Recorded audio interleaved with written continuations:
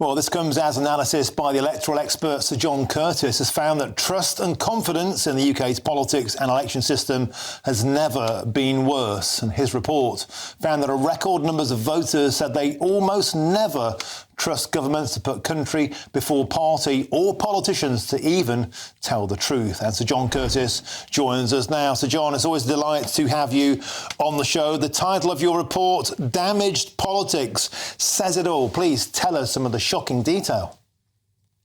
Well, as you've already just outlined, Martin, we've got record levels of distrust in government and politicians, and more people, at least as many people as ever, saying that they think our system of government should be reformed. So just to put a little bit of flesh on those bones, we now have 45% of people saying they almost never trust government to put the interests of the country before those of their own party.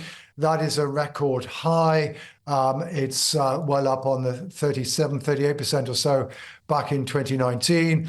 We've got 58% of people saying that you can't trust politicians to tell the truth where they're in a tight corner, and that's close to being a record high.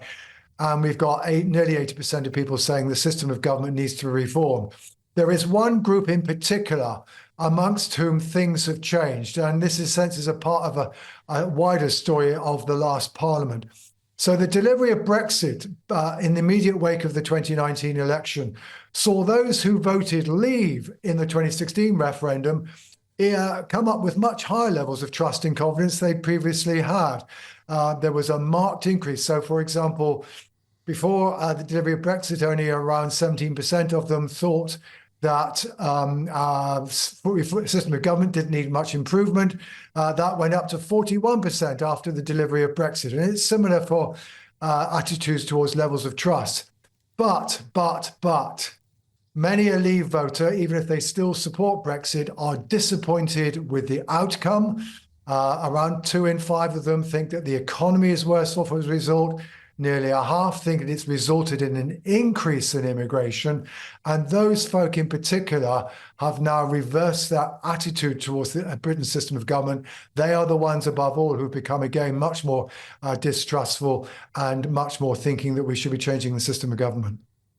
And so, John, this plays out with a great fascination into the current general election because, of course, those people who voted to leave, they saw 4 years of politicians trying to frustrate, in fact, even to reverse their vote. And then when Brexit got done, they saw immigration, all those things you mentioned, actually get worse. These are the people, Sir John, who are just simply switching off. These are the people like Dave there from Mansfield who just says, I've tried all the parties. None of them seem to do anything.